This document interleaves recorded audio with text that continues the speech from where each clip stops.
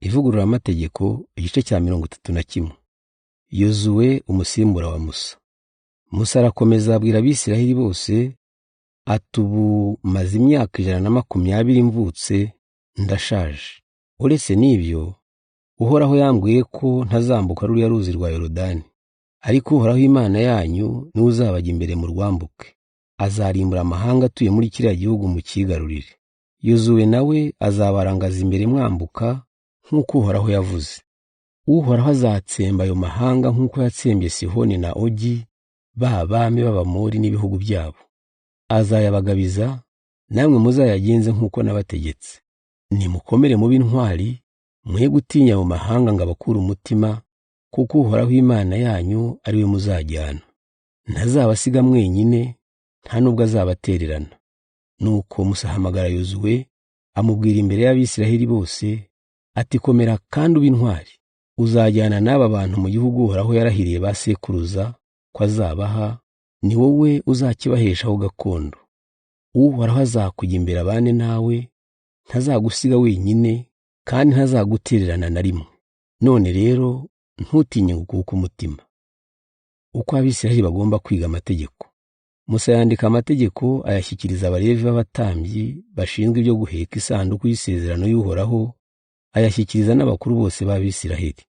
Musa arabategeka ati uko imyaka 7 ishize, mu mwaka wo kurekera abandi imyenda, mu minsi mikuru y'ingando, muzajye musomera Abisiraheli bose aya mategeko, aho Uhoraho Imana yanyu azaba yitoranyirije kugira ngo ahabe.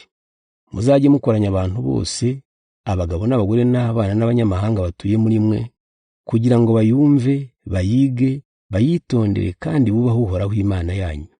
Muri ubwo buryo abazabakomokaho batigeze bamenya amategeko bazayumva, bayige bitume bubaha Uhoraho Imana yanyu igihe cyose bazaba bari mu gihugu cyo hakurya ya Yorodani muzigarurira. Amabwiriza Uhoraho yahaye Musa na Yozuwe. Uhoraho abwira Musa ati igihe cyawe cyo gupfa kiregereje, none tumiza Yozuwe muzi imbere y'ihema ry'ibonaniro, muha amabwiriza azakurikiza. Nuko Musa na Yozuwe bajya imbere y'ihema ry'ibonaniro. Uhoraho aza mu nkingi y'igicu ihagarara hejuru y'umuryango w'ihema. Uhoraho abwira Musa ati dore ugiye gutabaruka, nyuma yaho Abisiraheli bazampemukira bayoboke ibigirwamana byo mu gihugu bagiye kwigarurira, bazanyimura bica isezerano nagiranye nabo. Icyo gihe nzabarakarira mbatererane, mbihorere batsembwe. Bazabona n'ibyago byinshi n'imibabaro bitume bamenya ko nabatereranye. Icyo gihe nzabihorera rwose, bitewe n'uko bakabije kungomera bakayoboka izindi mana.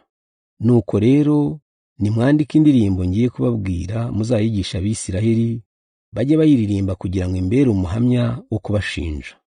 Nzabageza mu gihugu gitemba amata n'ubuki nk'uko nabisezeranyije ba sekuruza, bazahabona ibyo kurya bihagije bamererwe neza. Ariko bazanyimura bayoboka izindi mana, bazansuzugura bica isezerano nagiranye nabo. Ndetse ntarabageza mu gihugu nasezeranye kubaha, nzi uko bateye n'ibyo bazakora.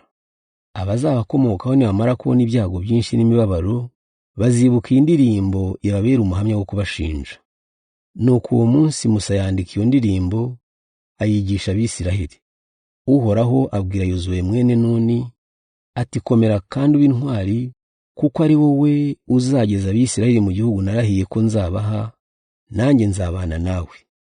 Musa arangije kwandika mu gitabo ayo mategeko yose, ategeka Abalevi bashinzwe guheka isanduku y'isezerano y'Uhoraho ati nimufate iki gitabo cy'amategeko, mugishyire iruhande rw'isanduku y'isezerano y'Uhoraho Imana yanyu, kibera Abisiraheli umuhamya wo kubashinja. Nuko abwira Abisiraheli ati nzi ko muri ibyigomeke kandi mutava ku izima. Niba mugomera Uhoraho nkiri kumwe namwe, nimara gupfa hazacura iki? Munkoranyiriza abakuru b'imiryango bose n'abashinzwe ubutabera banyumve, ntanga ijuru n'isi h'umugabo wumvise mbaburira. Nzi ko nimara gupfa muzifata nabi cyane rwose mugateshuka ibyo nabategetse. Mu minsi iri imbere muzabona ibyago, kubera ko muzakora ibyo Uhoraho yababujije, bigatuma barakarira. Indirimbo ya Musa. Abisiraheli bamaze gukoranira hamwe, Musa ababwira amagambo yose y'iyi ndirimbo.